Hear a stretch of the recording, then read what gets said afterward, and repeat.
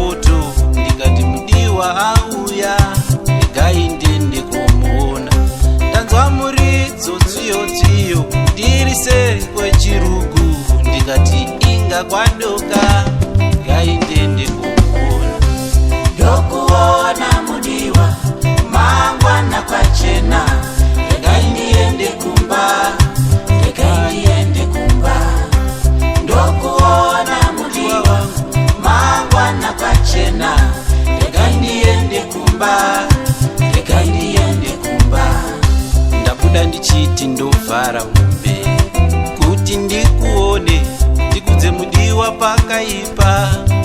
Nhasi zvakadzanya ndabuda ndichiti ndovhara mombe kuti ndikuone ndikudze mudiwa pakaipa.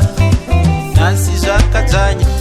Ndokuona mudiwa mangwana kwachena regai ndiende kumba, regai ndiende kumba. Ndokuona mudiwa mangwana kwachena regai ndiende kumba, regai ndiende kumba.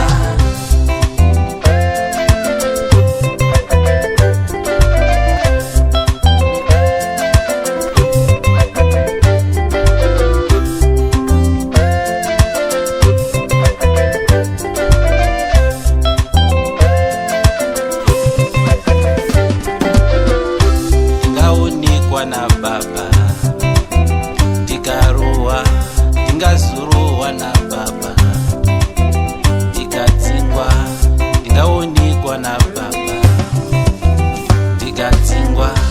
Ndokuona mudiwa mangwana kwachena regai ndiende kumba, regai ndiende kumba.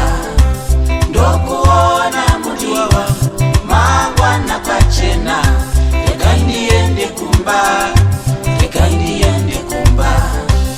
Ndinokuda mudiwa wangu usaore moyo, ndinokuona mangwana kwachena.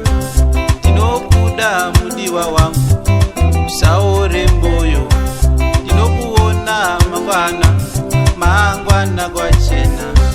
Ndokuona mudiwa mangwana kwachena regai ndiende kumba, regai ndiende kumba. Ndokuona mudiwa mangwana kwachena regai ndiende kumba,